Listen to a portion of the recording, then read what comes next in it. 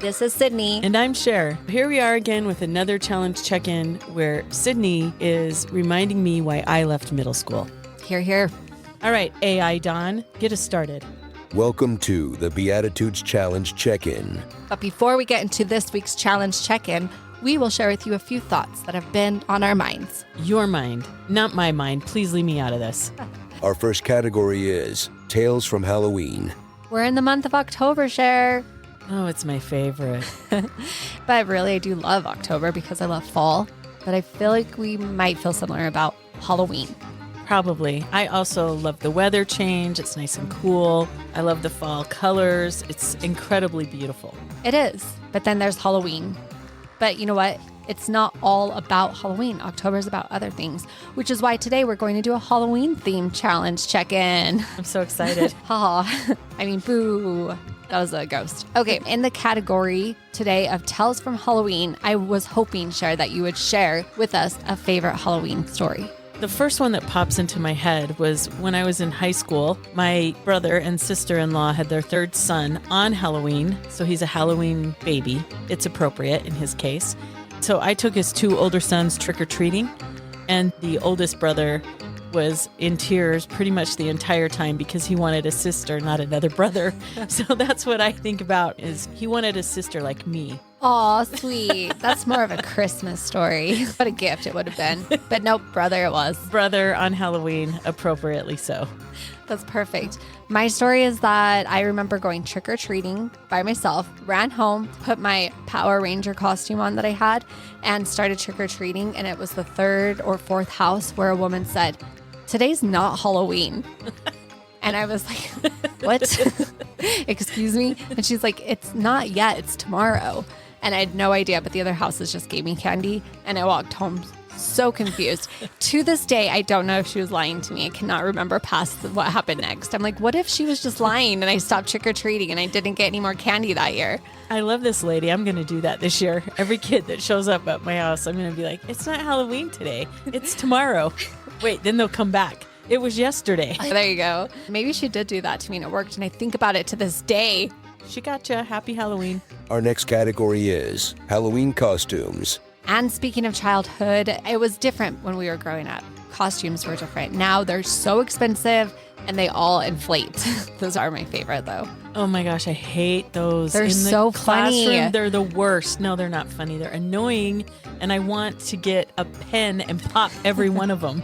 That will cost that parent $100 if you do that. They're so expensive. They can wear them, just don't wear them to school, please. I agree with that. 100% agree. Actually, the schools don't let my kids, they've never been able to bring their inflatables. They let them in mine. It was a nightmare. I was so sad because we had to come up with a backup for that day, but Rock had a rooster once, and that was my favorite. It was so funny. It looked like a little miniature cowboy riding on a rooster. I loved it. Yes, I've seen that. I've seen all of them as a teacher. As a kid, we didn't get that fancy stuff. What was your go-to Halloween? My go-to was always a pirate. Get my brother's old clothes and a headband and clomp around like a pirate, and done. Oh, and my dad made me an eye patch, so it worked out. Yeah, that's how it was. We just found what we had around the house. Right. But now I have a wonderful t-shirt that's black and orange that says Bah Humbug, and I wear it every Halloween because that is the appropriate time to wear a Bah Humbug shirt. That's perfect. My brothers and I, we were always something dead. It didn't matter what we were. It was usually a cowboy, but a dead cowboy, or a zombie, but a dead zombie. They're dead already, but we made it look bloody. More dead. That was the one purchase we were given, was fake blood. So we maximized that. So whatever you were a dead one. Red running out of your lips. Of course, that was just a given. And now it's time for fun facts about Halloween. To keep the spirit of Halloween alive, because it's your favorite, Cher, let's do some fun facts about Halloween. If you want to keep spooky spirits away, salt should do the trick. Now, there's plenty of good reasons why, but some say that salt acts as a protective shield against evil spirits. Did you know that? Do you believe it? I did not know that, and yeah, sure, why not? Because Savior always says, "Be the salt of the earth." That's what I was thinking However it too. Goes, so pour that salt out. That's why you pour salt. So if you're the salt of the earth, you will keep away bad spirits. I like that. We made this holy. That's how we roll. I liked this fact. 1 in 5 adults usually pretend not to be home on Halloween. And apparently 1 in 500 pretend it's not Halloween on Halloween. I think after the podcast, it will go up a little bit more. That's a great idea. Everyone's like, that's fantastic. I'm not home and it's not Halloween. Put Happy Thanksgiving on my door right now. Shelly always puts her Christmas tree up on Halloween. Does she really? She does. That's her Halloween tradition. All my neighbors that put up a sign that says fall at the top of their stairs, I laugh because it says fall. Like you're walking up their stairs and it says fall nicely. But I always think that what they mean is actually they want them to fall. Well, that's why I put the fall sign up at the top of your stairs. It's like all happy and autumn, but no, it's not. It's a threat. One more. Trick or treat was not necessarily the original phrase children would say. Did you know that? No, I did not know that. They would yell Belsnickel. Where this came from originally was German American tradition. Kids dressed in costumes and went around to neighbors to see if they could guess their identity. It was a game. It doesn't say anything about having to give out candy. Save you some money. And everyone has fun. Do you know who I am? No, and I don't care. Now it's time to supercharge your vocab. For the word, I really did want to. I had a desire to make it Halloween centered, but it's not. We'll Sorry. be okay. Okay. Somehow we will get through. I really liked this one. This phrase is show way. Show way. What does that mean? Show way.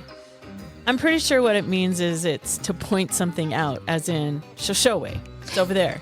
You're showing the way. Mm-hmm. I like that, but you're wrong. Nobody was going to get this That's one. shocking that I was wrong. I'm always right. Often you do a better definition than what's even listed, but this one's pretty good and random. It says to stop emitting your odor.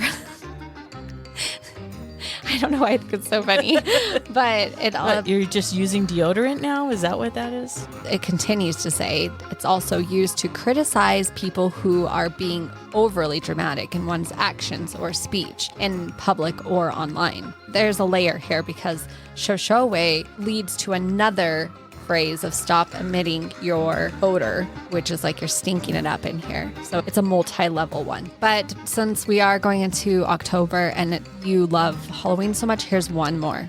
Wote. Since you said Halloween, wotes are people like me that say bah humbug to Halloween. Kind of. It's the opposite of goat, which means greatest of all time. Wote is worst of all time. So Halloween for you is wote. Yeah, for sure. Happy Halloween, everyone. Bah humbug. Now we will go into our challenge. Our challenge, Sher, was to read the Sermon on the Mount. Did you do it? Did you read it? I did read the Sermon on the Mount. I have to admit that studying it for the podcast with that in mind and doing research with it has really helped me understand the Sermon on the Mount a lot better. We've been focusing on the Beatitudes, and I feel like I'm understanding it better than I ever have. I completely agree. I read it before we podcasted and then also with the family this week. And I had so much to say about it. They were just awed, I'm sure. They were just amazed watching me. They were like, she is not wote. She's goat. Probably not. If you haven't done it, we challenge you to pick up the Bible and read it. Matthew 5. Have a good week. Bye.